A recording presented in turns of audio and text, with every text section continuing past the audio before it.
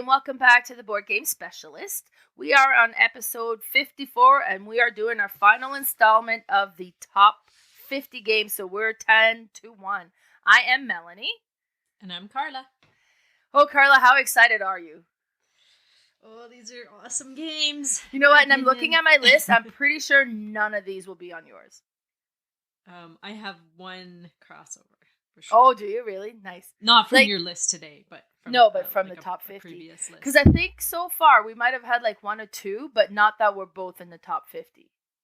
It was like earlier in the list. Exactly. So. Yeah. We've got we such only have different one lists. in the top 50 that is a crossover. Oh, I wonder which one it's gonna be. Yeah. All right. Now, before we get into our top 10, well, I'm so excited for that. Tell us, what have you been playing? I got to play Wayfarers of the South Tigris. Oh, nice. I'm not sure how they say it. Finally learned it and played it last night because I'm teaching it at the convention, so I need to be able to know it. And I've wanted to play it for so long. I've been in a lull of learning games, which usually is my favorite thing to do. Almost more than playing sometimes, but now I'm all about the playing. I just want to play. So I learned this and we played it last night. It's an awesome game. So this is from Garfield Games, Shem and Shem Phillips, Sam McDonald, I believe. And this is their third series. They had a North series, they had a West series, and now they're doing the South series. So they put 3 games in each series. This is the first of the South. Now, typically they do like card-driven worker placement games. Yeah. But this one is also worker placement, but it's dice. It's dice placement. Oh. So it's very different for them. Well, I shouldn't say different. They've done Circadian's First Light, which was, I'm not sure if it's the same designer, but same company that produces them, which is a dice placement. But this one is really neat. So the theme is you are like cartographers, wayfarers trying to build maps, basically. But so you have this starting player board, and you have a land card, a sea card, and a space card. And so they're placed around. They're just one hard piece of player board, but they're like cards basically that are imprinted on there. And then you can purchase more cards. You can purchase more land, and those will extend out the bottom. You can purchase the ocean, which will extend out the bottom right. And then you can purchase space cards that will expand out on the top. Then you can also, they always have townsfolk cards too. So these are like helpers, workers, however you want to call them. And they will tuck under cards and give those cards better abilities. So some of the cards that you buy are going to have more dice placements for you because you do have some starting ones on your starter cards. And you will place dice. You'll roll 3 dice at the beginning of the game, and you can use them as like a worker, or you do start with 2 workers. Now, they're not your workers, like you don't have a specific color. Just like in Paladins, there's different colored workers that do different things. So you start with a yellow and blue, and those can go to different spots around the board, which are actually the cards. You actually place the workers on the cards, and then the slot that they are in front of is the worker placement action that you will get. So you can either place workers, place dice, or rest. And those are the 3 actions you can do. And you do one of them each turn, and then it just kind of goes around. And there's no rounds in a game. You just keep going until there's this big board that everybody plays on where it has this journal track, but it's like the main part of the board. And so you're moving up your discs that along this journal track, and you always get to journal when you rest if you only have 0 or 1 dice left. And you're moving along this track, and you get bonuses along the way. You try to get to the end because there's big bonuses at the end. But the first person to jump ahead always kind of gets something. They get a little cardboard bonus chip that is different things like money, more food, or just to get to re-roll a dice, or pick a person back off the board that you get to use like a worker. You also, as you're moving along this journal track, you have to meet certain requirements in order to move ahead. So sometimes you might need to have so many cards, so many townsfolk, or so many symbols. There's also another part on your board that is a little caravan, and it's kind of like a little polyomino game that you're playing, because you can buy these little upgrades that will go on these on your caravan, and that will show you what each dice will have like symbols on it. So if you have a 6 and you've upgraded your 6 slot with like a camel or a telescope, then you always have those icons when you use a 6. There's a lot going on in this game, and I feel like it's their heaviest to date. Some people still feel like Paladins is heavier, but with my first time play, I feel like this one is the crunchiest. Lots going on, but really good. And yeah, I highly recommend it. Can't wait to play it again. That's Wayfarers of the South Tigris. That sounds cool.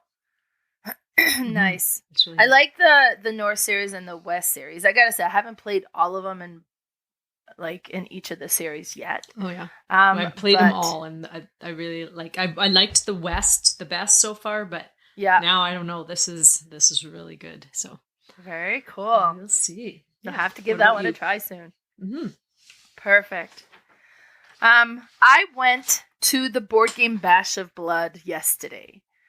So I mean, it sounds really gruesome, but it really is just a board game day where they sell they have a food that you can buy, and then they sell tickets for draws and stuff. And all the money raised goes to the blood bank. So, hence the Board Game Bash of Blood. And they've done it every year. Of course, with COVID, it was stopped for a while, so this was the first one back. And it was neat. Now, also, I want to mention that we had a wicked snowstorm on Friday. There was like a 40-car pileup just near Carstairs on the highway, too. So roads are terrible, and there still are. Now, in my area, it was fine, so I took off and went no problem until I got to Calgary, and then all of a sudden, you're going 60 driving straight, and then your car starts going sideways anyway. So it's like, oh my God. So I didn't stay very long because of that. I wanted to come back before it was dark. But while I was there, I got to play quite a few games anyways. And one that I'm super excited about is I finally got Cat in the Box Played. I purchased this one a little while back. And I have the deluxe edition, so all the tokens are like these clear plastic tokens, which looks super cool. And I mean, and Cat in the Box was a game that I've heard talked about lots, and it was so unclear as to what exactly it was. I knew it was a trick-taking game. And you have suits, but the cards don't have the suits. You decide what they're going to have. So I was like, okay, what? So we got to play, and you get all the cards handed out. So you have your cards with these black cards with a cat on it, and there's a number. And then you have a board in front of you, and then you'll be playing. It says, okay, well, this is a green 5. So then you'll put your token on the green 5. So that means it can no longer have a green 5 in the game. It's been used up. And then because you've played the green, everybody has to play a green card. So then of course, they can't play a 5 because 5 been used up. So then the next one, maybe we'll put a 7. So then the 7's taken for the green color and so on. And you have to play that suit if you can. Now, eventually you're going to get to a point where it says, okay, well, I'm playing a blue 7, and you put your token over the blue 7, but a lot of blues have been played already. And you're like, okay, great. Well, I only have a 4 and a 9 left, and those aren't available in the blue color, so I can't make those blue. But red is available, and red is one that's always trump. So if you aren't able to play the other colors and you open up with the red, then like that one will win as a trump color, right? Unless somebody plays a higher red. So, and you're doing that, winning tricks, but you're also bidding on how many tricks you think you'll win, 1, 2, or 3. So I was like, okay, well, I think I'll win 1, and then this is your second one, and then that's fine. But what can happen as well, though, is if you get to a point where it's like, okay, have to play, I don't know, they started with blues, and then you're like, oh, shoot. Because you can't play blue, but you also, out of the cards you have left in your hand, those colors are all taken up. So there isn't a combination that you can play anymore. And you're stuck. So if that happens on your turn, you create a paradox. So that ends the round immediately. And then for you, all of the tricks you would have won are now negative points. So if I had 2 tricks, I'd have negative 2 points. Everybody else would count their tricks. Each trick that they win counts as 1 point. And if somebody says, okay, well, I won 2 tricks, I bid that I thought I would win 2 tricks. So then what they can do is they look at the board where they've put all these tokens, and any clusters they've created that shares a side, they get to count the cluster as well. So it's like, okay, well, I have like the 6 green and the 6 blue, those are touching, and then the 5 blue and then the 7 green. So then there's a cluster of 4, so I get an extra 4 points. It is neat. It is so interesting. I'm really excited we got to play this one. It's one like I had heard so much about, but it's so interesting. Be like, okay, well, oh wait, if I do this, then I might get myself stuck later. So maybe I better not. It was really neat, and we just played it that one time, so I definitely want to play it some more. But it was very interesting. So that was Cat in the Box. Awesome.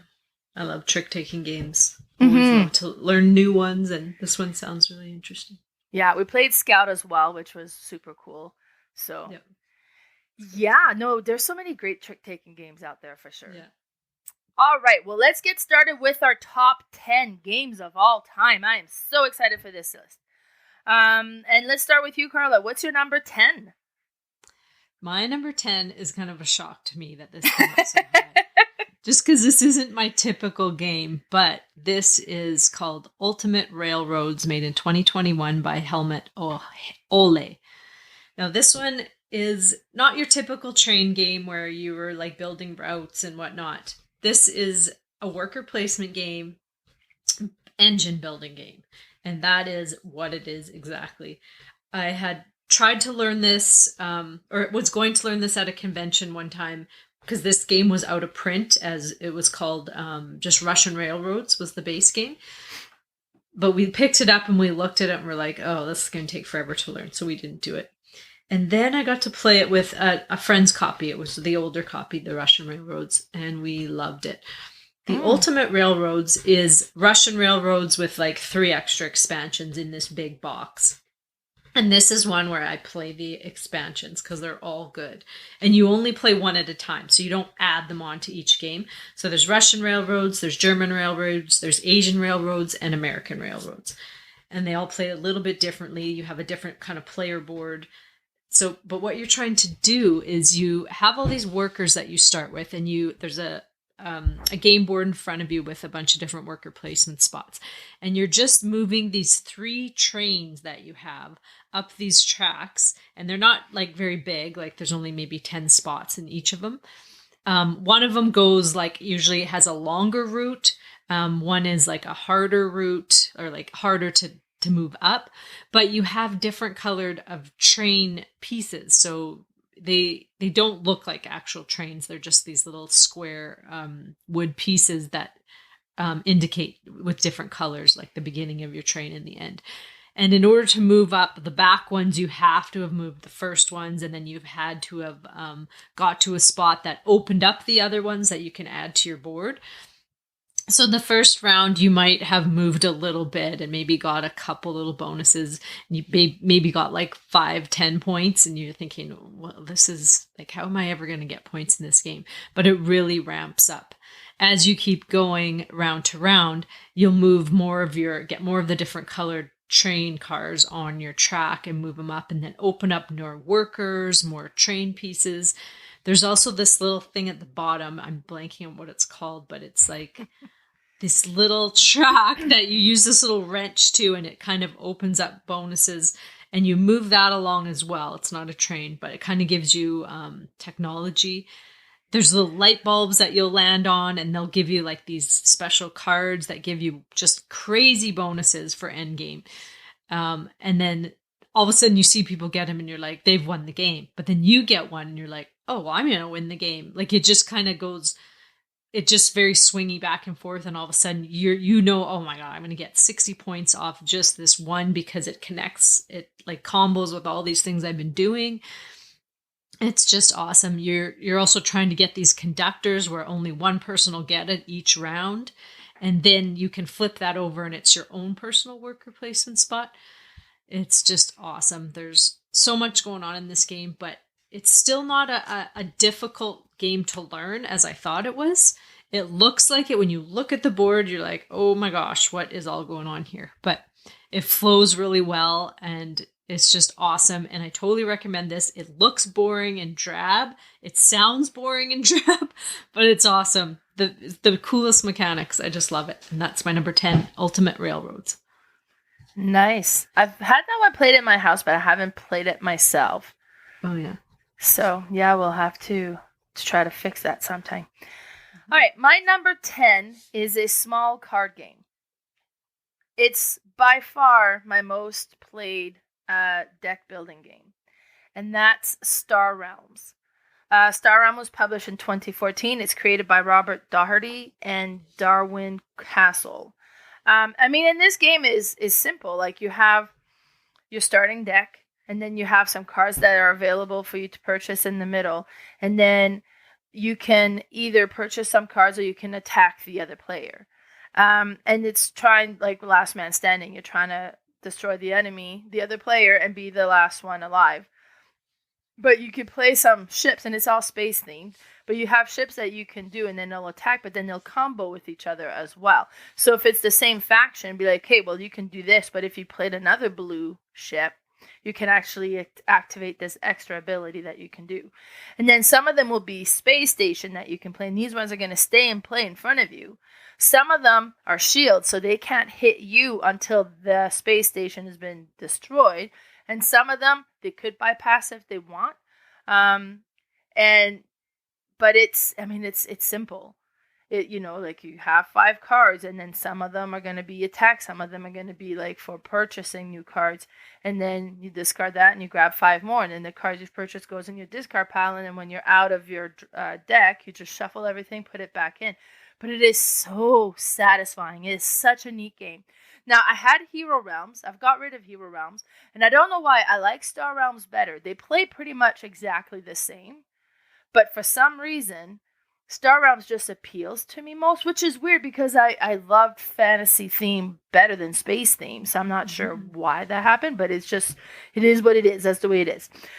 And then this is one, like, I would get the boys to play, and then they would grumble and, I don't want to play. And I was like, come on, let's play a game. And they would come up and we'd play one round and be like, okay, let's play again.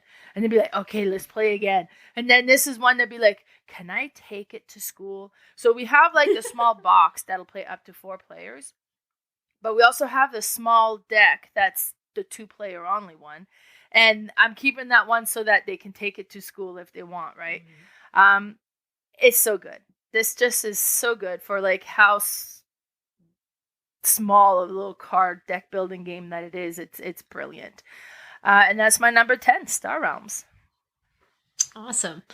My number 9 is Wingspan, made in 2019 by Elizabeth Hargrave. Now, this one kind of went up and down for me. When I originally got it, I loved it, played it tons, and then it kind of was on my shelf for a bit. And then an expansion came out. I got it, played it, awesome. Another one came out. I'm like, and of course, how typically I am, bought the expansion, changed the game again, added so much, and I loved it. And then I continued to play it. It started moving up in my ranks of games. Got the big box, the big nesting box, which has the duet game version in it, which is awesome. Just love it. And it just kind of brought it back to me as just not a brand new game, but just how good it is and how good the mechanics are in this. This is an engine building card game, and you're just building up your tableau of birds in different areas that they would reside in, like the water, the forest, the marsh, and now there's 3. Yeah, the forest, marsh, and the water. And just how you put them and the abilities on the cards can build up your engine and kind of build the game up to how you want to score your cards, score your birds, your objective cards. There's just all kinds of things. There is little bit of interaction. Some of the cards will play. If somebody does something else, you'll get something. It is mostly solo game, but there is a little bit of interaction. But it's just one of those games that I'll play. My daughter loves this game. most people that I play, like a game with, they like it, so we can bring it out every once in a while. But it's just one of those games that it's relaxing, but still so thinky and satisfying that I love it. And I think it'll always stay in my collection. And that is Wingspan, my number 9. Nice. Yeah, that's one that's very talked about. Like when it first came out, just everybody was like, birds. And it just won everybody over. Yeah. Nice. All right, my number 9 is, you know what, and I'm looking at my list. These are a lot of the games that I first got introduced to the hobby, and it just made such an impression that they're still in my top 10. But number 9 is Lords of Waterdeep. This one was published in 2012. It was created by Peter Lee and Rodney Thompson. And this one is a worker placement game. So you have this big board. You have your kind of your own little player board. And then you have your little workers. And you'll go on different locations and activate different things.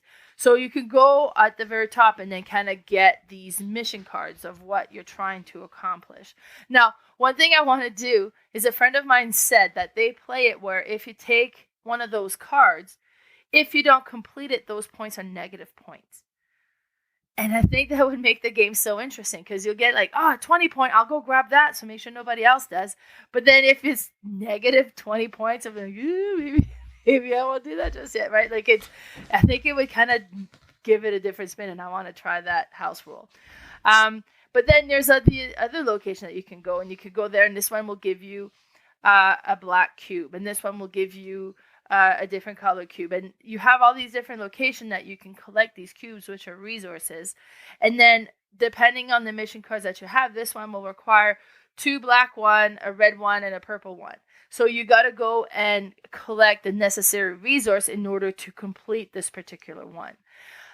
And that whole, it's so satisfying to play that game where you're collecting what you need and fulfilling the orders and kind of going around, and you can buy buildings as well. And the whole gameplay is such a neat, straightforward, but so satisfying game to play that I just absolutely love it. And it's one of those that is like, okay, great, I'm going to go get the black cubes on my turn so I can complete this. And then somebody goes there and you're like, darn it, now I can't go get the black cubes. Okay, well, I could always buy this building, and then this building does that. If you go there, it gives you something. But if somebody goes there and it's my building, I would be rewarded a black cube. So that would be another way to get black cubes. Maybe I could do that. Do I have enough money?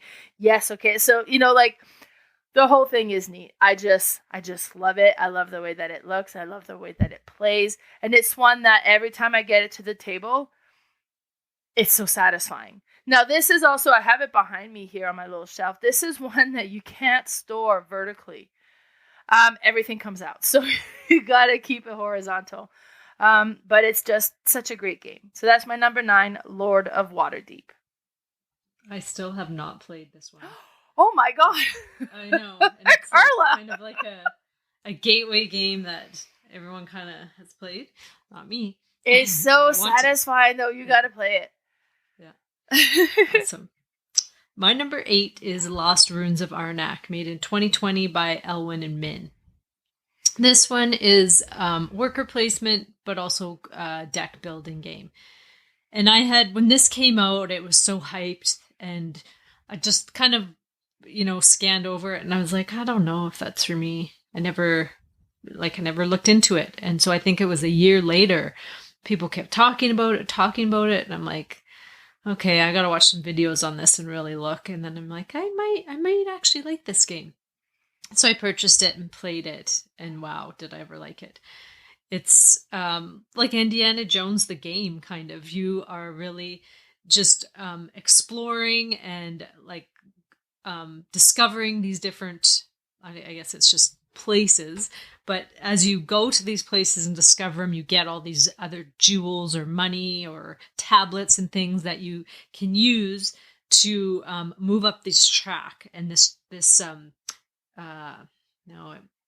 but it's like a journal track that you're moving up. But as you go up this track, you have a journal, and then you also have a magnifying glass, and they have to go, one can only be ahead of the other. The magnifying glass has to be even or ahead of the journal. So you move them both up, so paying different things as you go up. But then you also get these different bonuses, and you get some helpers, workers that will go onto your board that you can use every round. You are purchasing dig cards. You are also purchasing, but using your compasses to get these treasure cards. Forget the exact name of them. But then as they come back up in your deck, you get to reuse these things. So you get points for them, but you also want to try to plan how to get them in your deck, because your deck doesn't shuffle. It's one of those where some of them will go, depending what you buy, some will go on the top of your deck that you haven't used yet, and some will go in your discard, so you won't see them for a little while. You get these fear cards that just clog up your deck and give you negative points.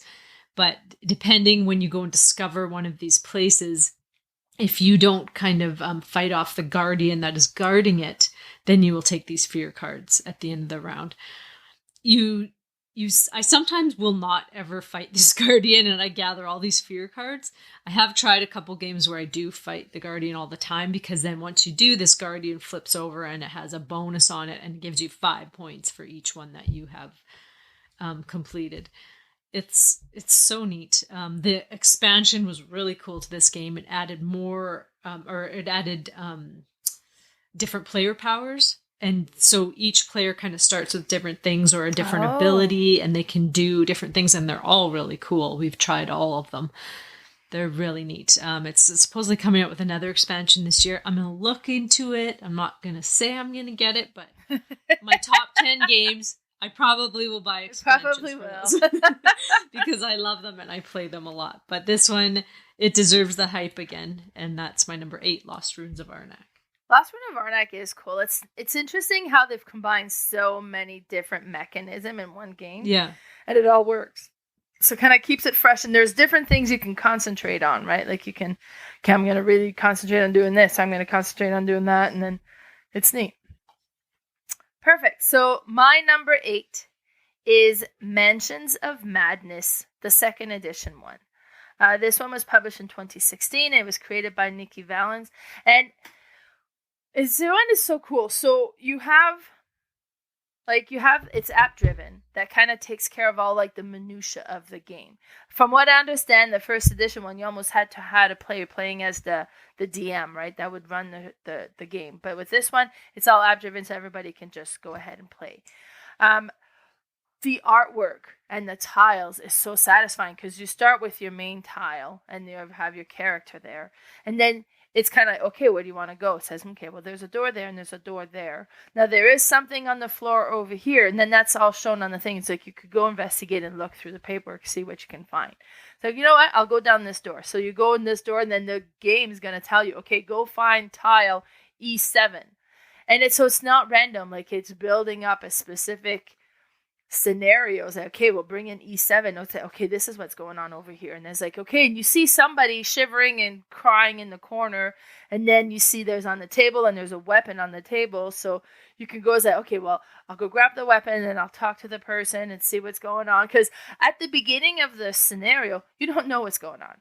You've got called into this place, and you've got to do something to beat the scenario. You just don't know what that is yet.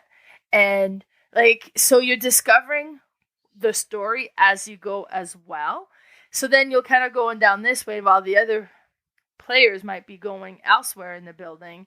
And then they get over here, and then it's like, okay, so this is happening. It's like, oh, and you come across this cult leader that's doing this chant, and they're trying to bring these people, these demons in, or whatever it is. It's Cthulhu themed. So you do have that theme with it, and the dark story kind of aspect of it, but I love this one. Now, there's a bunch of different scenarios that you can play. You can get expansions that'll kind of bring in more tiles and more scenarios that you can play. But from what I'm saying, you could play the same scenario again and again. It's not one that kind of, it's a one-time playthrough. Now you can't play it again. You could. And then, you'll have some stuff where it's like, okay, well, this person is in the same vicinity as you, so you need to do a sanity roll. And then you kind of test your sanity. And if you go insane, you get an insanity card, and it'll say something.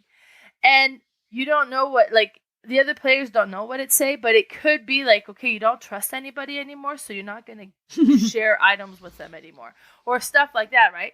Now, my sister went insane once, and her card said, nothing happens, you're strong-willed, so you were actually fine. But we didn't trust her anymore. She went insane. We're like, no, don't give it to Janice. She's insane. We don't know what's in and she's not allowed to share what's on her insanity card. So it was like, but it's so satisfying to play. I really like this one, and it's neat. Like, I find it's best if you can't kind of have the app where it's like on a big screen in the room so everybody can see at the same time as well. But I really like this one. And that's my number 8, Mansions of Madness, 2nd edition.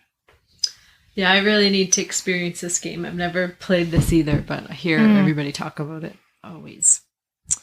All right, my number 7 is Anno 1800, made in 2020 by Martin Wallace. This is my top Martin Wallace game. This beat out London, which was last week, which London used to be my favorite of his, but Anno tops it. Love this game. It is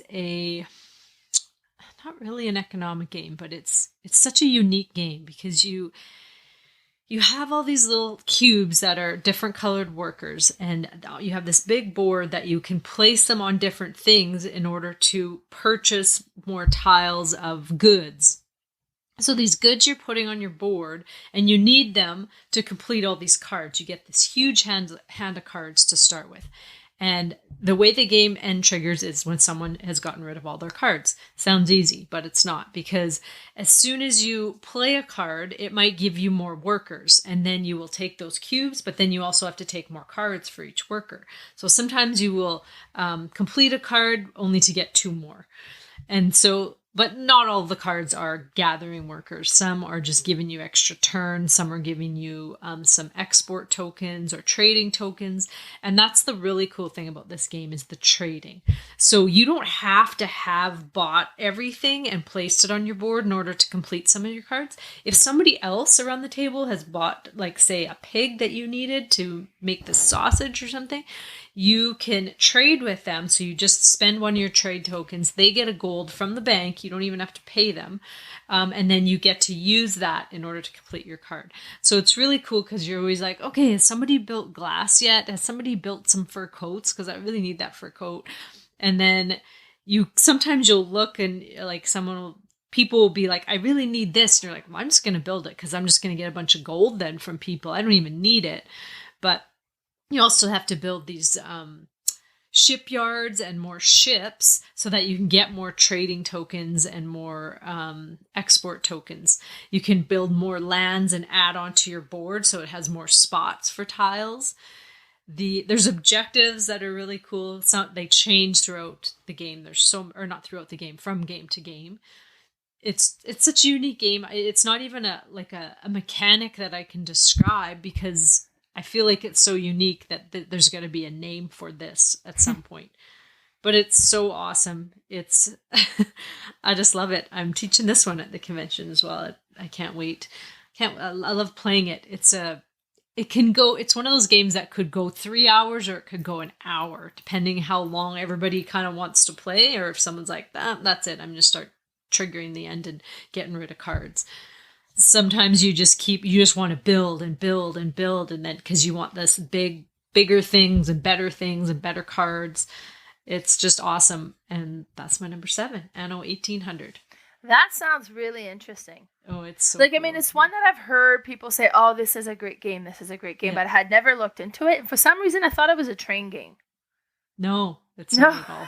In my mind, there's no train. It's a train game. There's a train in this game. But yeah. Which, I like train games too, but this trading thing sounds really interesting. Yeah, that's neat.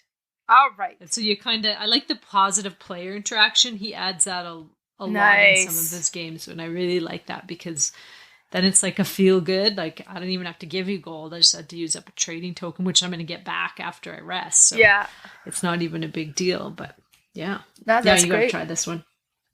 I think you'll like it. And it's not a train game. Okay, good to know. Nope. All right, my number 7 has been recently republished, and they've changed the name a little bit. And that is Ashes Reborn, Rise of the Phoenixborn. It was published in 2015, and it's created by Isaac Vega. I bought this one on looks alone. The board game looks amazing. The artwork on the top, like on the front, is just gorgeous, and all the cards in it are like, they just look beautiful. I knew nothing about the game. I just liked the look of the box, and I bought it for that. And then I got to play the game, and I loved it. Now, I'm not a Magic the Gathering player, but a lot of people are comparing it to that. So you would play as one of the characters, one of the Phoenixborn, and you have your set of cards that you would get for that particular character. And then you also get certain dice, like 2 sets of dice that you would have assigned to your character that would be what you would use to play your character. Now, it's great. So you have your main card, that's your Phoenixborn, and you have that one over there. So the goal is to be the last man standing, and you're trying to destroy the other player's Phoenixborn. This plays best at 2. You could play more players, but it is best at 2. So you have your Phoenixborn card. Then you have these other cards that will be in your deck. And in there you'll have some allies, you'll have some spells, you'll have different cards that you'll be able to activate and bring into the battlefield or into your spell book.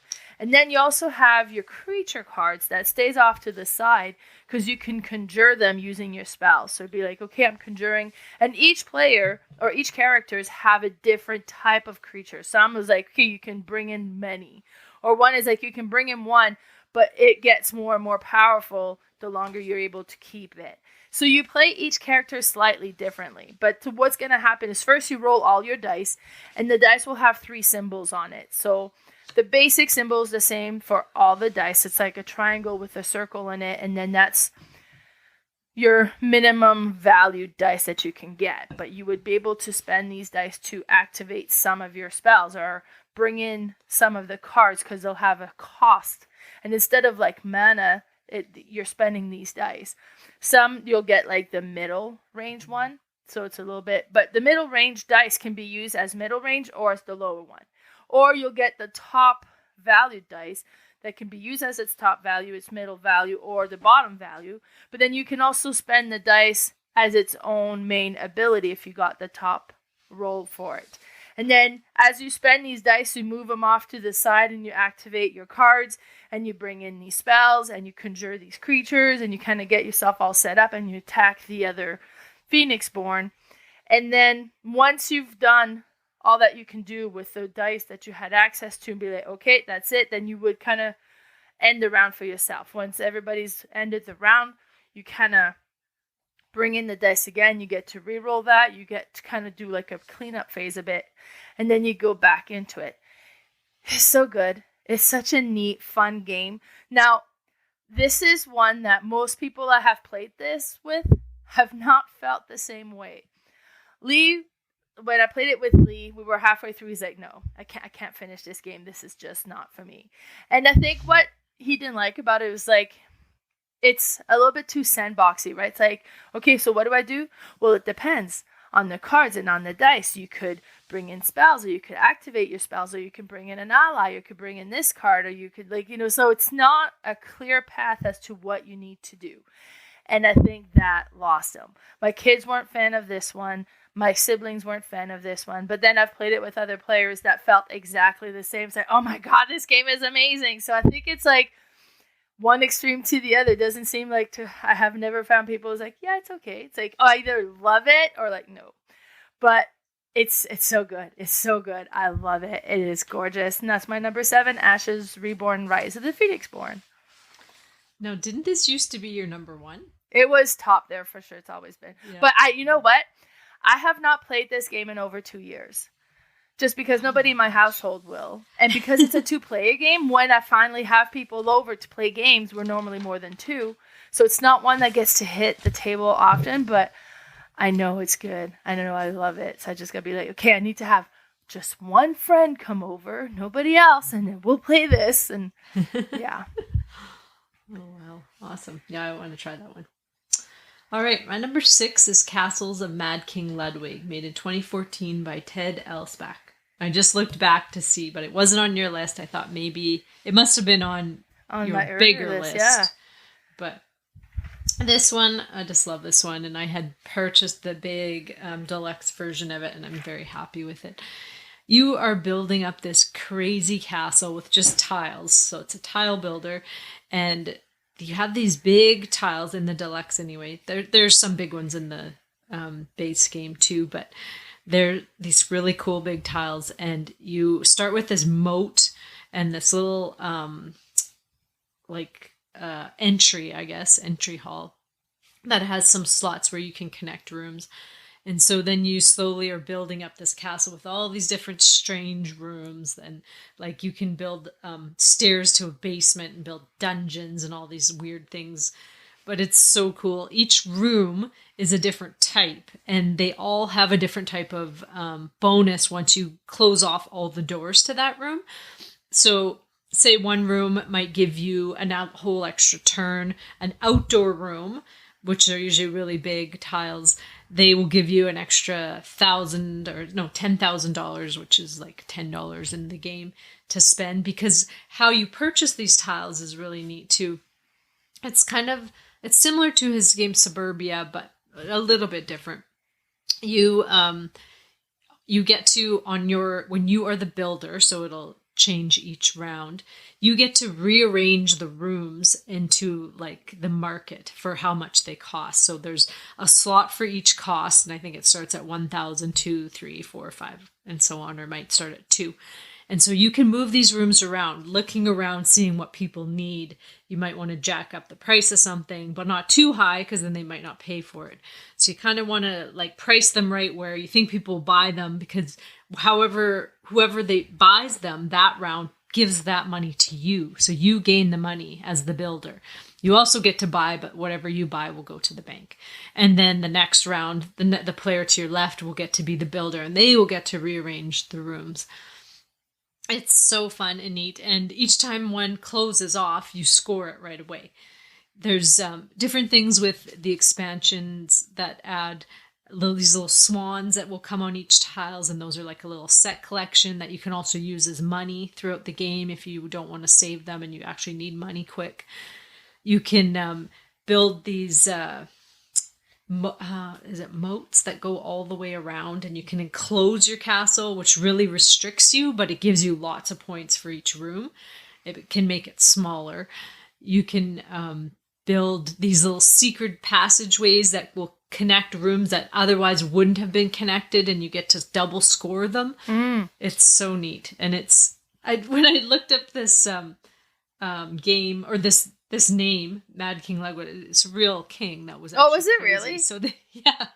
So they actually made this game out of it and kind of joked around with how crazy it was, because some of the rooms are so funny. Like, I can't even think of some of them now, other than the dungeon and like different things that are in the basement, these creepy rooms. And some of them will have there's like game rooms, and they'll have actual games on them, like games from his design line. It's really cool, but it's such a fun game, and that's one of my top tiling games, but you'll see more coming up. And that's my number 6, Castles of Mad King Ludwig. Yeah, for me that was number 65. Oh, okay, so pretty close. It's great. Like, I love how you build all this thing and you end up with like this blueprint of a castle, and it's so satisfying to play. I haven't played this one in a long time. I really got to get it to the table again. Nice. My number 6 is Dicethrone. This one was published in 2018. It's created by Nate Chatelier and Manny Tremblay.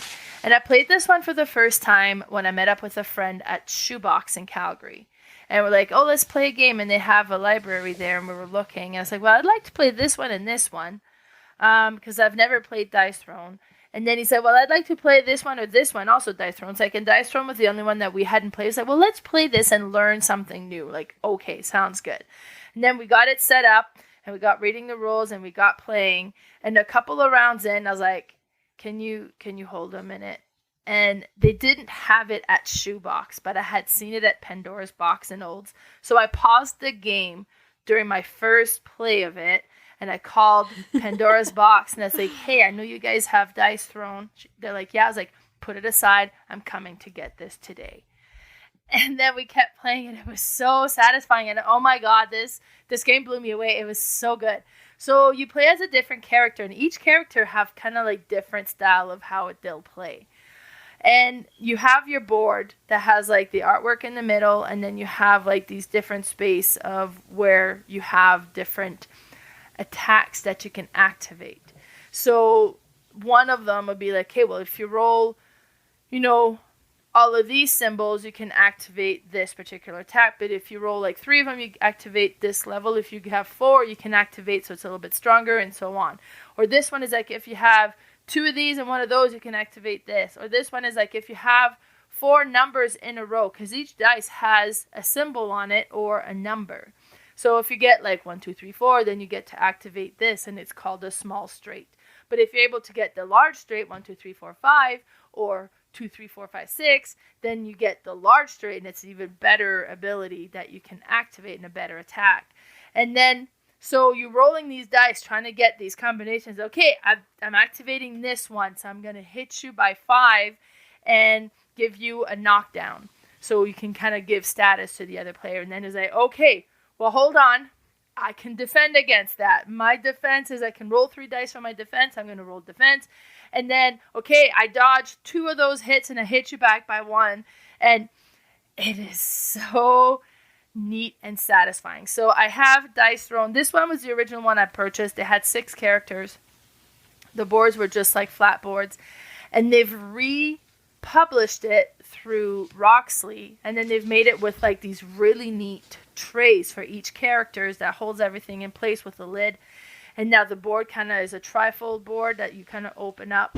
And it looks amazing. So I donated my first Dicethrone to the Didsbury Library. Now I have Dicethrone Season 1, the battle chest. So it has 8 characters that you can play as. I have Dicethrone Season 2, the battle chest. It has another 8 characters. And then I have the Marvel Dicethrone that has 8 Marvel Dicethrone characters. And you can all mix and match. And I've also acquired Dicethrone Adventure, which takes all those characters in the Dicethrone, and instead of being like, one against the other or one versus all, kind of like you everybody's battling for themselves and you're trying to kill everybody, it turns it into a cooperative dungeon crawl game. Mm-hmm. And you have these tiles that you kind of set up the thing, and then as you go onto it, you flip them, and you're kind of battling against these monsters you're coming across, and you're trying to collect these shards to get to the big boss monster. And it turns the whole thing into like a campaign adventure dungeon crawl game that's cooperative. I love it. You know what? And they had Santa versus Krampus. Yep.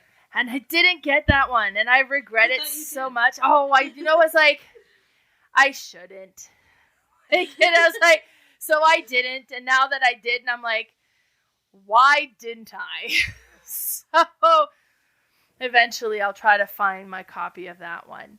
But I'm such a huge fan of this game. And I mean, in their big box, it takes, but like, because you got all these different characters, so every time you can play different as different characters. Nick has declared this one his favorite game.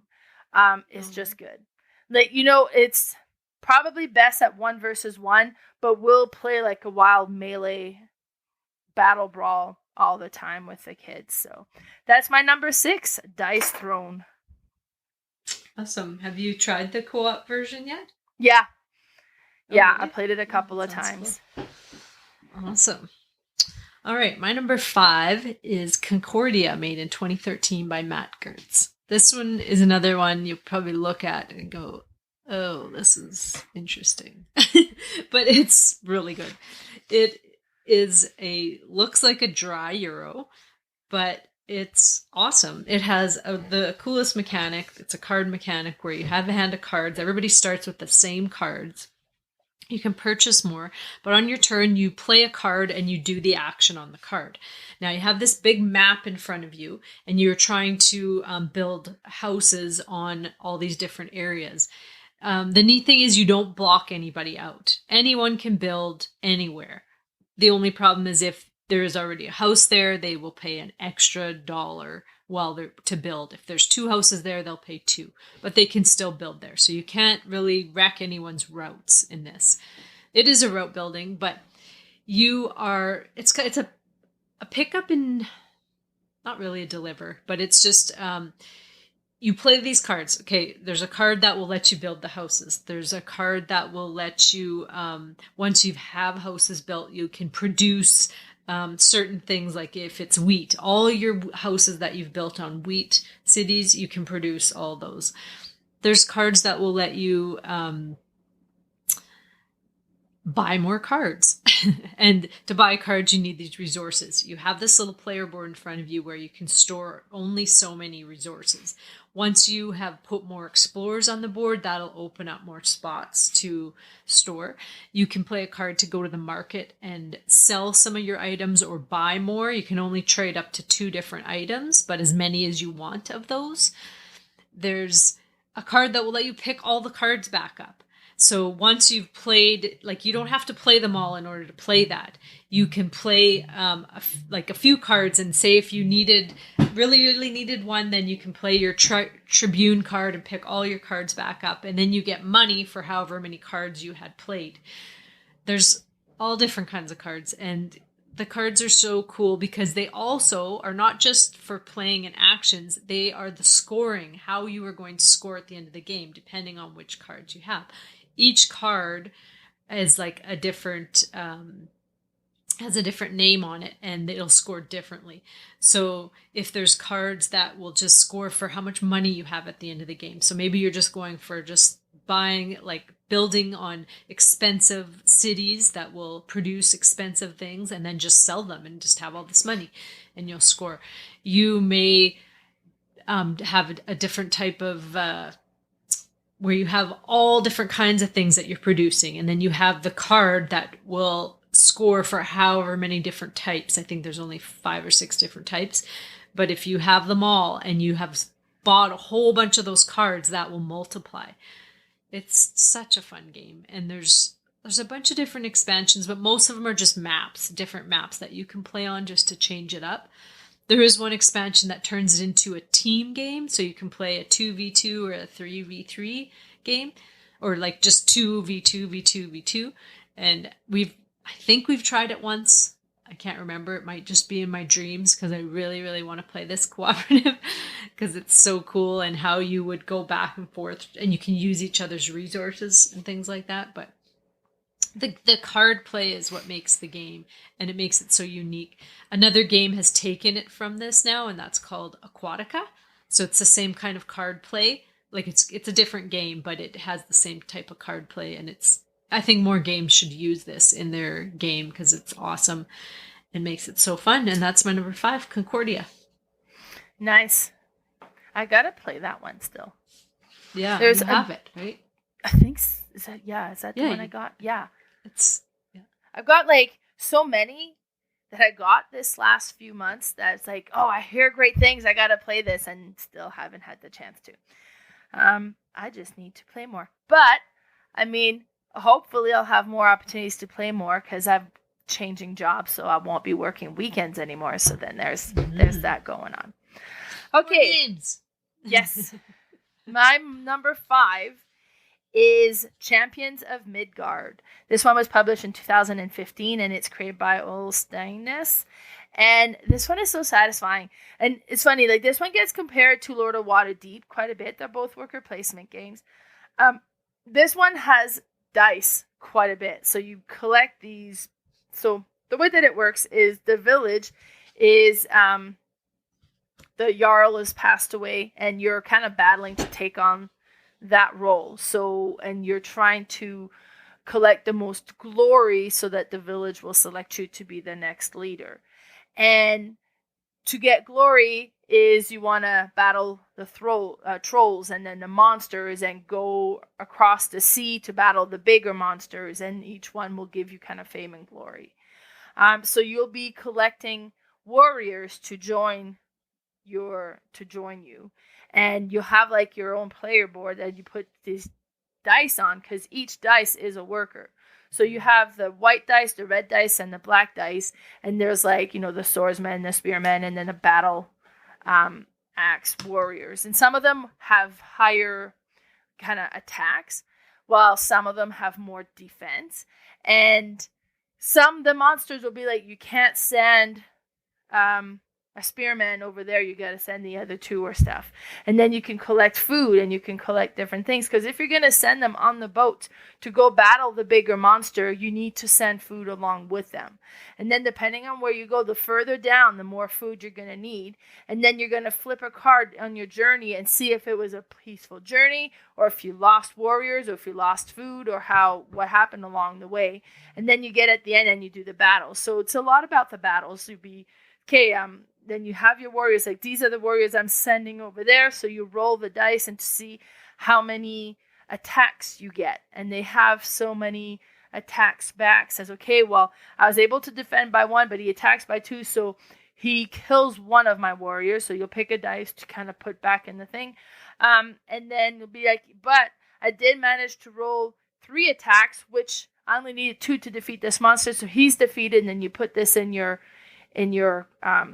pile, because there are end victories points as well. So for every combination of the 3 colors, because there'll be yellow, blue, and red monsters. So if you create a combination of all 3 colors, that gives you bonus points. But then you'll have like hidden objectives, like, okay, well, if you have the most blue monsters in your pile at the end, then you get these bonus points. And the whole thing is so satisfying and so neat to play.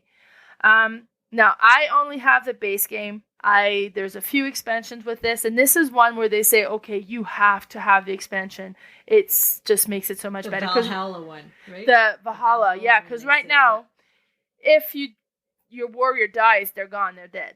But Valhalla allows them to do different things in death, so that because I mean, I've played this game and it's gone great, and you score around 100 and some points. I've played this game once.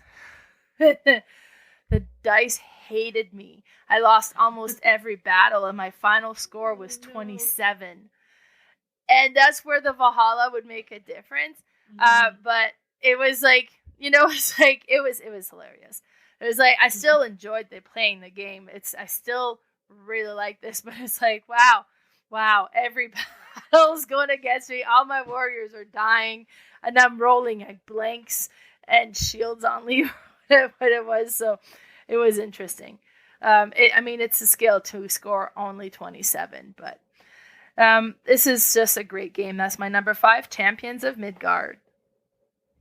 So I'm looking at our list and I see a huge theme of our top 10s. My top 10 so far are Euros, and yours are all battle games. Right? I don't know. Yeah. I thought I was a nice, peaceful person, but apparently I'm not. You like to get to battle in your games. Awesome. I played this. You taught me this one. I did like it. Yes. Good. All right. My number 4 is Grand Austria Hotel, made in 2015 by Virginio Gigli and Simone Luciani. Now, this one is also a dice drafting game, which I love my dice. Love drafting and placing them and rolling them and all those things. But this one is such a neat mechanic as well. You roll a bunch of dice, and then depending on the number, they go in different action slots. You have this hotel in front of you. Everybody has a hotel, and they are trying to open these rooms and bring guests into them. So what you're doing is you're drafting these dice, and hopefully you can get enough money because you also have to purchase different resources, because you'll have these guests that they either want cake, they want wine, coffee. Oh, I'm blanking on the flan, I think is the 4th one. It's like something silly, but so they want these things on the cards, and once you've have those resources and then moved them into your kitchen, you can fulfill that customer. So they're the customer. So then once he's complete, you will get a little bonus on that card, and then you'll look into your hotel, and whatever color he is, you will flip that room, and hopefully you have a room open for him, because if you don't, then you can't serve him yet.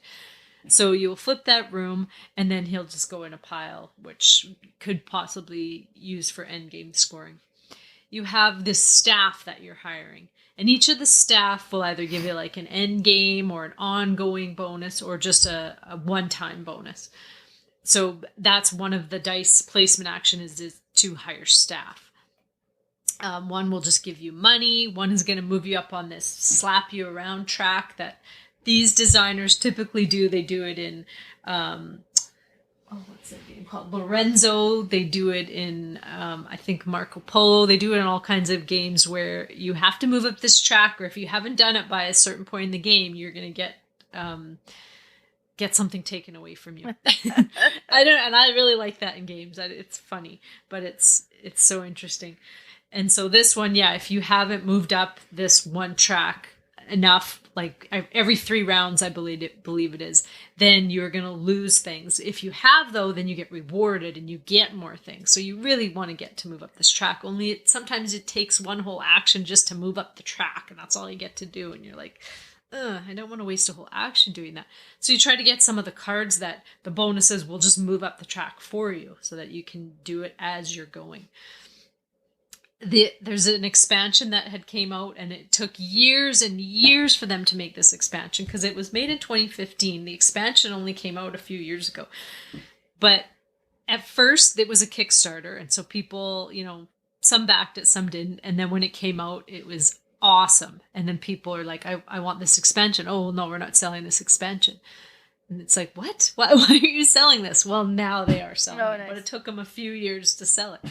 But it's so awesome, this expansion, because it sounds really stupid, but it adds these waltzing dancing rooms that you can either choose now your person to go into the hotel, or they're going to go to the ballroom and dance. Nice. Sounds just ridiculous. But these ballrooms are different places where you'll place your dancer, I guess, and it'll give you a bonus. And then when you take the dancer off your player board, you also get something there. So you're planning, do I want to fill up my hotel for all these points, or do I want to just kind of work on this board? You kind of have to do a little bit of both, but maybe more of one. And you have to figure out which one to do. It adds different player powered hotels. So you get to do different things than everybody else with different dice possibly, or just different things. Adds so much. This is an awesome expansion. I'd highly recommend this one. And now I'm seeing a theme here. All the expansions I love are on my top 10, those games. Nice. So maybe I just need to stick with my top 10 expansions and maybe just pass over the rest. But this one is awesome. And if you haven't tried this game, you really have to give it a try. That's Grand Austria Hotel, my number 4. Nice. That's another one I haven't played. I think your top 10 is like my unplayed list. So, all right. You gotta play it. And now my number 4 does follow the theme you pointed out of the battle type game. So, you know what? Looking at the rest of my list, they almost all do. So, my number 4 is Memoir 44. Memoir 44 was created in 2004. It's created by Richard Borg, and I love this game. This is funny. This is why my brother was bugging me to play. He says, Melanie, we need to play Memoir 44. But Memoir 44 is a 2-player game. And every time me and my brother would get together, there were other people there. So I was like, well, we can't play it now. I was like, I'll come and see you one day just to play this game. And he said, all right, fine. And then I went up, actually I met him at his work, and we went to one of the meeting rooms he had in his office, and we set up there to play. And oh my God, it was so good. It was so good. So you have this big board that has all these octagon on there, like, so you have this grid that you're playing on, and you open the book and you'll be playing one of the scenarios from the book, which replays a battle of Normandy from World War II? World War I? 2. There were tanks. So I don't know. I think it's World War II. My son would be ashamed of me right now. He's such an army buff. But yeah, so, and you kind of replay the battle. It says, okay, well, the troops were here. You had, tanks over here, and you had infantry over here, and then you kind of reset all of that. And then you kind of read the splurt on it of what happened. But then you're replaying the battle. And then, but you're kind of have cards that will say, it's like, okay, you can move infantry that is on the right side or the middle side or the left side. And it's like, you can move 4 units on this side or 4 units on this and this side. And it's like, okay, then sometimes it would really work best if I could move these, but I don't have that card right now. So it's like, oh, so you're kind of at the mercy of the cards that you're getting and then what you've got. And then you would go and then it's like, okay, well, they're in range, so we're going to attack these guys. So you roll your dice to see how many attacks you've got. And it's so satisfying. And then I had joined a Facebook group for Memoir 44 Facebook group, and somebody on there was saying, this is so great to see you and your son enjoying this game. Let me send you some 3D pieces I made. And he made all these 3D pieces that kind of creates, and it looks amazing. You set up all this board, like, so instead of like a little cardboard piece that shows there was a bridge there, there's an actual like built bridge that you put there. Looks so good. And then you get it set up and it's like, oh, wow. And then you play. But then, so for an army game, this plays in about 30 minutes. It is a quick, fun, neat, satisfying game. I am loving it. This is such an amazing game. It's just great. And that's my number 4, Memoir 44. Awesome. I didn't realize it was 2-player. All right. So my number 3 is our only crossover, I believe. I mean, there's 2 spots left, but I really don't think there's going to be a crossover. So this one is Viticulture, made in 2013 by Jamie Stegmaier and Alan Stone. Nice. This was my first worker placement game I believe I played, and was my favorite for a long, long time. And it could easily, I mean, from day to day, my top 3 could flip around and change, which I would prefer to play. But any of these 3, I would play any day, any time.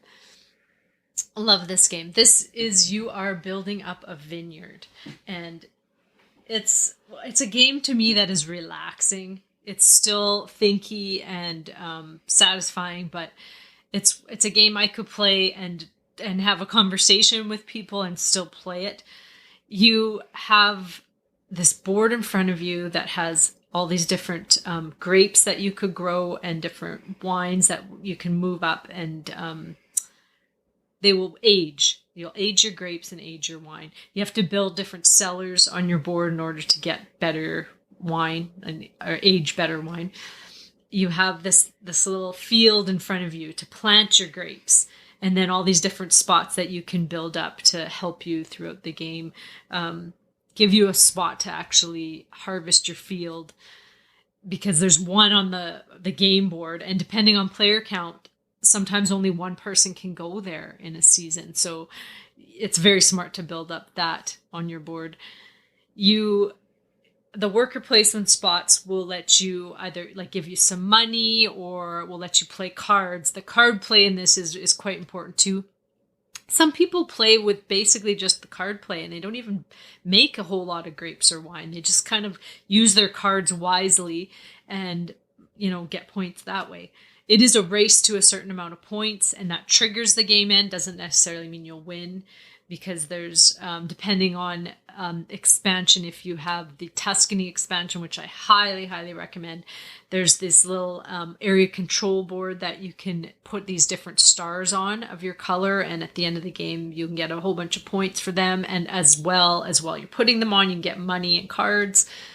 It's so fun. How you pick your player turn order is so neat. It's like how you wake up in the morning or what time you're going to wake up. The early bird gets to be first, but as you go down and you're a little bit lazier, you end up getting more bonuses, which kind of sounds weird, but then you get the last pick of the spots on the board. You have seasons, so you start in summer, maybe spring in Tuscany. There's 3 or 4 seasons in them, and you will choose these spots, and then if you decide I'm not doing anything else in this season, I'll pass. People can continue to go to that season until everybody's done and moved on to the next season. Then you kind of wait. But it's so neat, and there's different things you can do in each season. I don't know, it's such a good game. I know a friend of mine had said, "Oh, okay, well, you've played Vinhos now, so no, you don't need Viticulture anymore." What? Just because it's another winemaking game, I need Viticulture. I love this game, and I'll play it anytime. Love playing out on my deck in the summer when it's not windy, of course. But I just love this game so much. And then they came out with a co-op version, which is awesome and hard.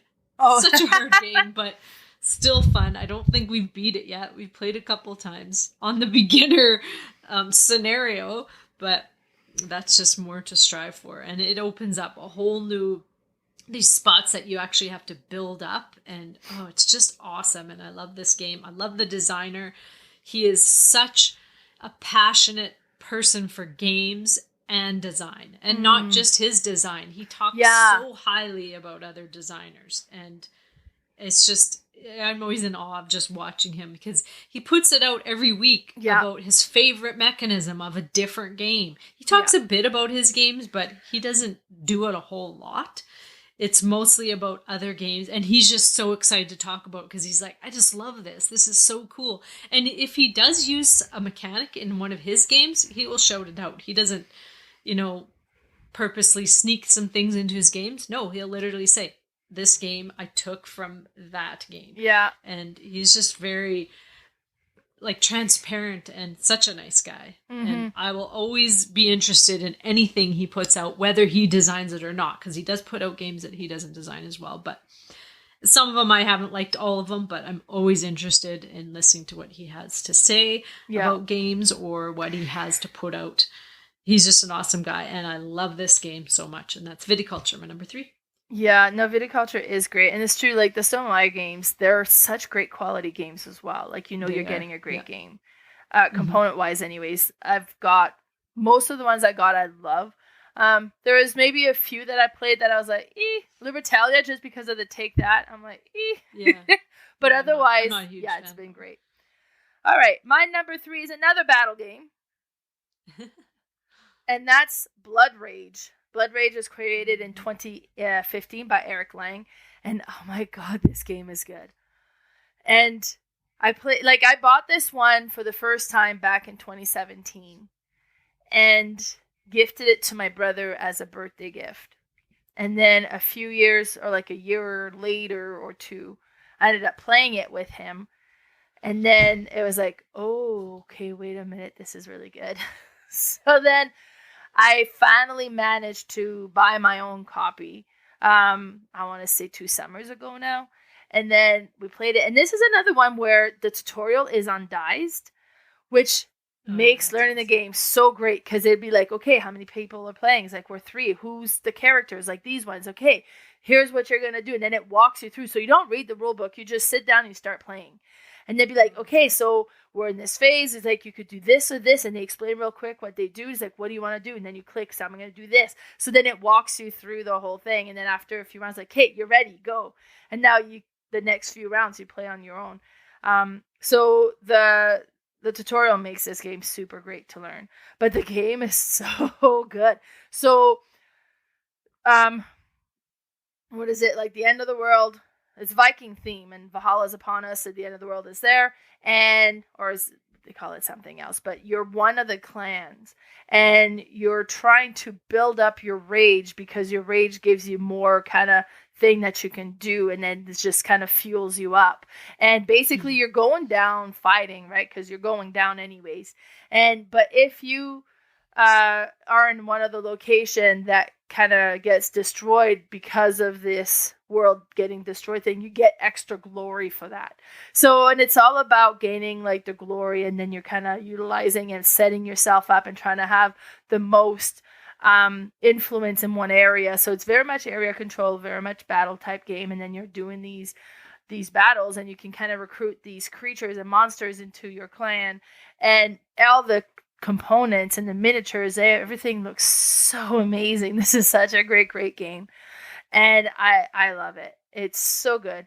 I haven't played this one where it was like, okay, it was like, it's just epic and satisfying, and you're drafting cards and you're trying to create these combinations that's going to do things. And then you have these secret mission where if you have people in this certain territory at the end of the game, you're going to gain more points. And and then I got this one time I was playing, is like, hey, so, and I would get extra points for every of my warriors that was sent to Valhalla. So I'm trying to get myself set up so I have a bunch of people that's going to be in this battle, so I can send them all to Valhalla, and it's going to be great. But I won.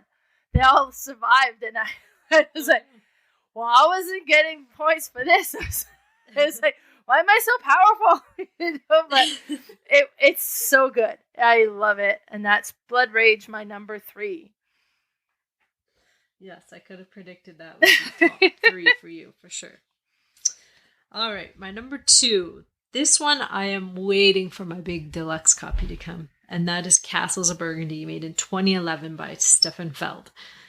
This one, I have the up-to-date, the prettiest version, which was the anniversary version, which isn't even that much prettier than the first beige basic version. Which I'm not even sure how I got to even play this game, because it just looks so drab. But the second version was a little better, and I was excited to get and try. And it is awesome. The mechanics in this are so cool. It's a tile laying game at heart, but you do also have a few dice that you only have 2 dice that you roll, and then whatever number they are, those are the actions you can take. There's different actions you can do with each number, but you have to choose what to do. And so what you typically want to do is purchase these tiles or get these tiles from the main board, put them into your storage, and then place them on your duchy, which is your tile laying board. And how you place these is the importance, because you're trying to build up different groups of colors, which the colors of the tiles all have different things and bonuses once you complete a tile, or even when you place one. That is the puzzle of the game, is figuring out, okay, what am I going to do? Because the earlier on in the game that you complete a whole section, the more points you get. And the bigger section you complete, the more points you get. But it's hard to do at the beginning. So you're trying to figure out, do I just do a bunch of little sections and get some big points, or wait for this big one and then get, round 2 or 3 and get some big points? Because if I wait till the end of the game, I'm not going to get as many points. Each of the tiles do different things. They will give you I really love to use the beige tiles, because those are all buildings and they all give you different things. They might give you more workers. They might give you some coin. They might give you just a free action to grab another tile off the board, or to put one from your storage onto the board. There's like these green animal tiles that you are putting in your fields, and however many of the same you have in one chunk, the more points you're going to get. Those ones are kind of cool. The yellow ones are kind of all end game points. The green ones are castles, and those are just all separate. So there's never a clump of castles, but they give you a whole complete other turn. You need to build up workers in order to manipulate the dice and move the pips up or down. It's just awesome. And this big deluxe one that's coming, he has made some expansions, but also some other designers have added some expansions in there as well. So I'm really interested in seeing this, especially this one, which is a vineyard. I'm not sure even how it ties into the game, but it looks so cool. And I can't wait to get this. And this could very well flip with my number 1 once I get that big new copy, because it also has another cool solo version in the new version of it coming out. But it is awesome. And it's a great 2-player game. I mean, 3, 4, you can play it, but I typically play this at 2, and I just love it. And that's my number 2, Castles of Burgundy. That is a neat one. And I've played Castle of Burgundy, the dice game. That was the first time I've come across a game that would have been like a roll and write. And I don't think at the time they called it a roll and write, really. But I was so blown away by it, and I was like, what? So it's good too. All his versions of this game are good. They had it at a table at Boardgame Bash of Blood. There was a group of people playing it, and the I big walked one? by. I don't know. I didn't look that closely. Oh, okay. But I was like, you would have seen castles, yeah, that's like so good. minis of castles. No, then it must have been the original. Yeah, I don't think anyone has it yet. It's still being produced. Very cool. Awesome. All right, my number 2 is not going to be a surprise to anybody if you followed us at all. And that's Chronicle of Crime. This was published in 2018. It's created by David Securel. And this one is just so good. It's just so good. And it's a whodunit story. And I've got Chronicles of Crime. I've got the 1400, the 1800, and the 2400. Oh, it's 1900. I don't have the Riverview one yet, and I don't have the Noir one yet. But it's so satisfying to play. I love these. And, somebody had said, it's like, well, it's too easy. You kind of know who the killer is right off the bat. it's like, well, they're probably more clever than I am. But it's not just... I don't find it easy. Right? And it's not just finding who the killer is. It's like, okay, but why? And who was the accomplice? And how did they pull it off? And like, so you got to go through the whole trying to piece together this whole story. But and sometimes they have weird questions in there, like, oh, what was the recipe for this? Or like, what was the ingredient in this thing? And it's, like, what? Yeah, I was like, oh, no, we came here too soon, you know? So it's neat. Oh my God, I like this. It is cool. But it's super satisfying to play as well. Now this one, 1 to 2 players. Yeah. Like 1 to 2 players. You have one person kind of maneuvering the app because it's app driven that can read the text that comes up, and the other one that pulls the cards and is like kind of or keeps the game organized, and then you swap back and forth as the game progresses. That's how it plays best. I think 1 would be really hard because now you just have one person trying to figure out the whole thing, but 1 or 2 anyways. I think that's the most that you should have playing this game. But you have the app, and it's so clever because you'll be like, hey, you're being called into this location. There was a crime. You get there. You kind of talk to like the witness is there. It's like he came across a body. So then the witness is there. And then there's the scene of the crime that you can view. And then you'll be like, okay, we're going to view this. And then you actually move your phone around to look at everything. And then as you're looking at the scene, call out what you see. Okay, well, there's paper. Oh, there's blood. Oh, there's the body. And there's like, I think there's a weapon. There's a knife. There's a painting on the wall. There's the flowers over there. There's a plate of some sort of food. So you kind of call out everything you can. The other person goes through the item cards and then pull out anything that they think might pertain to the crime. So then they get to look at it and look as well in case you've missed anything, and then pull that. Then you can scan each thing and say, nope, there's nothing to worry about this. No, don't worry about that. That's nothing. It's like, oh, there's interesting papers here, blah, blah, blah. And it says this. And it's like, oh, okay. So you put the paper on the board as a clue.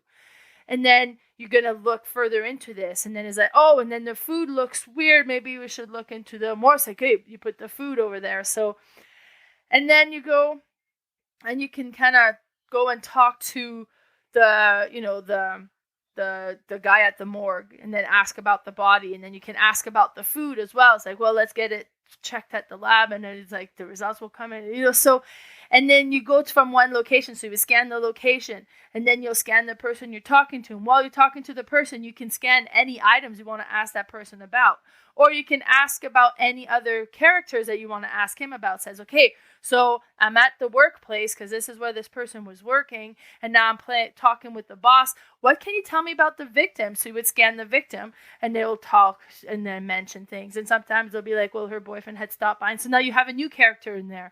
Okay, great. And then you can scan the boyfriend. Well, then what can you tell me about the boyfriend? And then you're trying to piece this whole story together. It is so satisfying.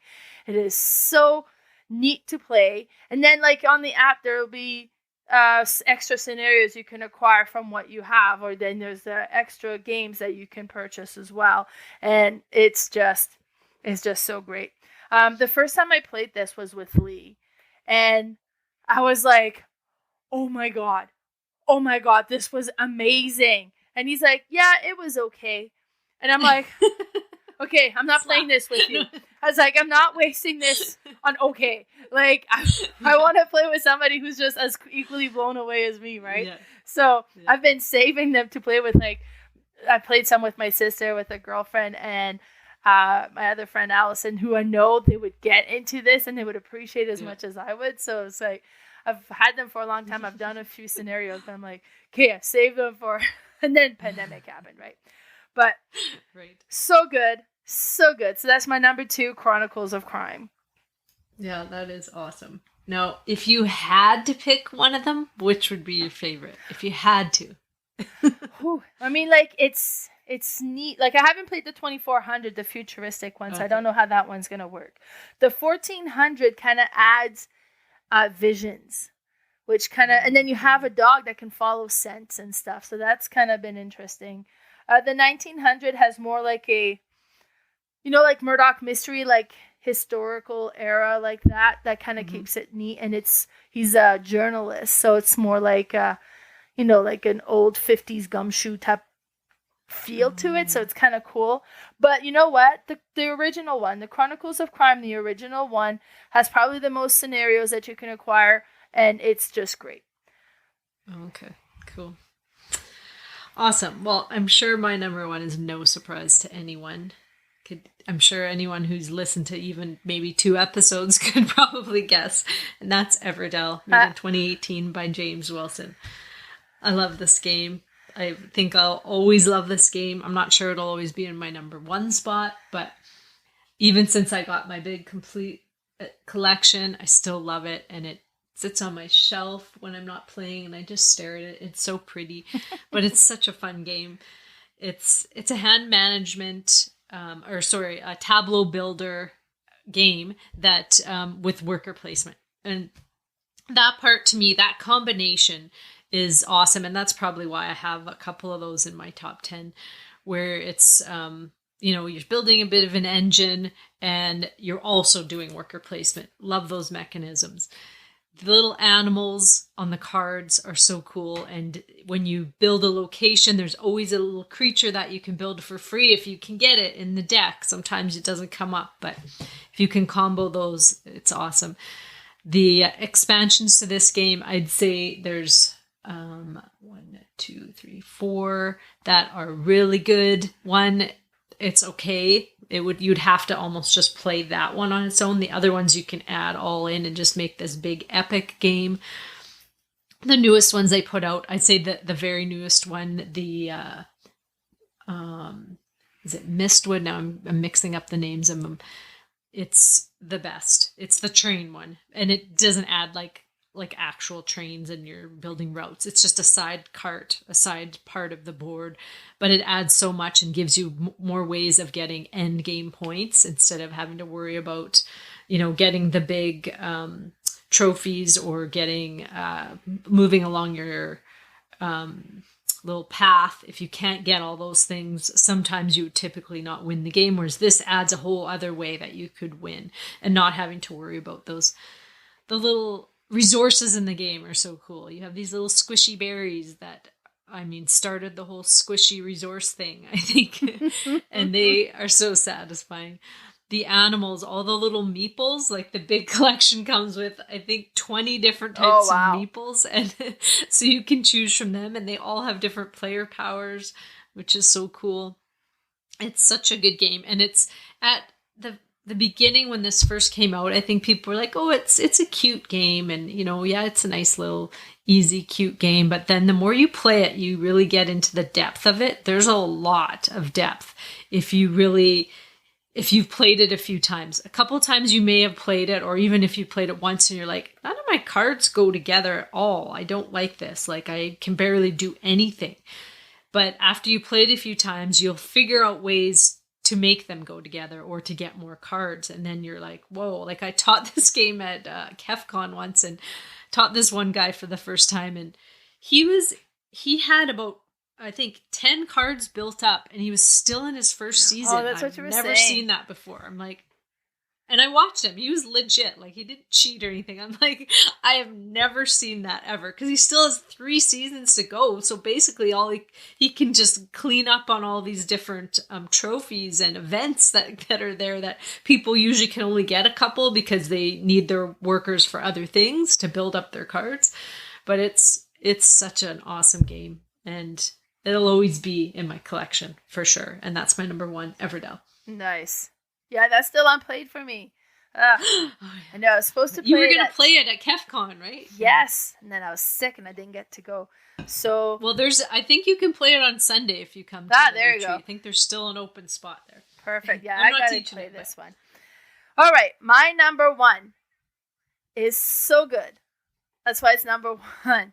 And it's one every time I play, my hearts get pumping and the anxiety rises, and it's amazing. And that's Legendary Encounters Alien. This one was created in 2014 by Ben Sichowski and Daniel Mendel, and it's so good. And it's so thematic to the movie. The first time I played it, I had never seen the Alien series, and it was good. And I played it, I was like, okay, this is good. She's describing what's happening. I'm like, okay. And then me, Lee, and Nick ended up watching the whole Alien and Predator series. And then I'm watching this show and I was like, okay, hold on. I keep thinking of this game. I was like, I think this game was even better than I thought. I was like, so I hunted it down and I was like, hey, in search of this one. And then nobody was selling it. And then a friend of mine says, well, I'm not selling it, but you could borrow my copy if you want. And I'm like, yes, please. So I borrowed his copy. We ended up playing it. It's so good. So this is a cooperative deck building game. And you have this big board that, I think it's a neoprene board that you unroll and you kind of set up. And then, so you have your startup card and you play as different characters. And then you have allies that you can kind of acquire and bring on board. And then you have the alien deck that's at the top, and each round one gets slid onto the board, and it's like they're showing up, but you don't know what it are. They're face down until you're able to scan the room to flip it up and see what's going on. And sometimes it's your mission objective that you need to beat the games. That, oh, okay, great, we found this, so you can put it there, and then now you're like on the next level. And sometimes it'll be an alien. It's like, oh no, the alien's over there, and it's sliding closer and closer. And if you can't destroy it before it gets into the battle zone, well then once it's in the battle zone, it'll attack every round until we're able to destroy this alien. And there's different monsters that'll happen. And then at one point you'll flip a card over and it's a face hugger. And if you've watched the movie at all, you have these egg things that when you get too close, they pop open and this bug looking thing kind of attaches itself to your face. And while you have this stuck on your face, it impregnates you with an alien. So what you need to do is you need to destroy this face hugger before it's your turn again. Now, other players can help as well. If your turn comes up again and this face hugger is not destroyed, well, then it goes away and you get a chest burster in your discard pile. So, because you've been impregnated with an alien, there's an alien inside of you, and at some point, it's coming out. And you don't survive that. So then it's in the discard pile. It's fine. It's in the discard pile. You don't have to worry about it until your deck runs out. And then you shuffle your discard pile and you've got a chest burster somewhere in there that could pop out at any time. And you got to try to get the mission accomplished. And there's 3 goals you got to accomplish before. And then it could be like we're playing and playing is like, oh, darn it, there's my chest burster. Okay, I'm dead. It's up to you guys now. And then, but it's so thematic. It's so satisfying. It follows the movie so well. It is like, it is interesting. Plus the game comes, like you can set it up different ways, but you can set it up so you're playing Alien 1. And then you set up so you're playing the Alien 2 movie. And then you're playing the 3rd movie. And then there's a Predator one that you can get as well, so you can play the Predator. But then you can combine the Predator and the Alien and play the Alien versus Predator. And like, it's so good. It's so good. I love this game. And that's why it's my number 1. Legendary Encounters, Alien. Awesome. So that would work for your A game, right? Your A alphabet? I don't know, because it's Legendary Encounters. It'd be an L. Oh, okay. So it doesn't have the alien in front. Because there's different legendary games, right? Yeah, well, so there's... Or is there just the one? There is a lot. Like, there's Alien, there's James Bond, there's Marvel, there's Predator. I think there's a Buffy the Vampire Slayer one. I think there's a Big Trouble in Little China one. There's a lot of different ones available. I have 4 of them. Oh, wow. Yeah, we have 4 of them. And they're all co-op. Yeah. Is that right? Oh, okay, cool. Yeah, no, it's awesome. They're really neat. I really enjoy this series. But yeah, so that was our top 50 game of all time. Yep. It's funny, yeah. So in all of that, in our top 50, 1 crossover. That's it. I know. But yet we like a lot of the same games, so go figure. Right? Yeah, and we but it's just like, if we did our top 200, we'd probably have more crossovers, I guess. Oh yeah. But in the top 50, we just have different style and genre that we tend to prefer. But yeah, and then a lot of the ones that made your list is like, oh yeah, I need to play that one. It's just one I haven't played yet. So, well, knows how the list would change when we get a chance to play the games on each other's lists. But, so let's commit. When we do our 100th episode, we'll do our top 100 then. Yeah. All right. So stay tuned for that. It's going to be in And, A year. 56 more episodes. In the meantime, next week, we are going to be doing our Valentine's Day episode. And we've already recorded it, actually. And we have a guest speaker with that one, which is Colin, and I'm going to say his last name wrong here, Oshrat. And he runs I think you said it right. the Games and Couples. And he's a psychologist that specializes in couples counseling. You guys have got to listen to this episode. Me and Carla were blown away. We were blown away. We recorded it earlier, but yeah, it was so good. We got some actual counseling in there. It's you know I feel what? we should have paid him. So good. It was so good. So what we did is the actual theme is we did our top 5 tips on how to make a game day into a date, or game night into a date night. And 5 things you can do to make that happen. And what Colin brought to the table was just mind-blowing. And it was so good. So be sure to tune in for that one next week. In the meantime, Carla, where can we find you? I'm on Instagram at Boardgame Specialist, all one word, and I have a Facebook page called Red Deer Boardgame Fanatics. What about you? So I am on Instagram as well. It's Mel's_Boardgame_room. My Facebook page is Mel's Boardgame Room, and my YouTube channel is Mel's Boardgame Room. And we also have a Discord channel, so be sure to tune in for that as well. And yeah, so thanks so much for tuning in, and be sure to tune in next week. Yeah, thanks for listening. Bye for now. So